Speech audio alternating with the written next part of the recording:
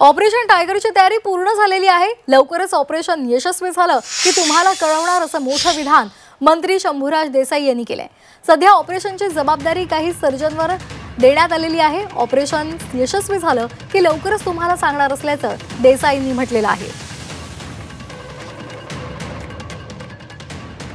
अशा ऑपरेशनच्या बाबतीतली पूर्वतयारी काय झाली हे सांगायची नसते।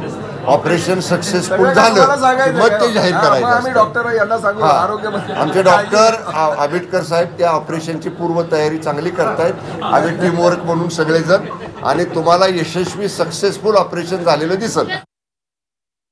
अजून तरी सर्जन लोकांवर चाललंय।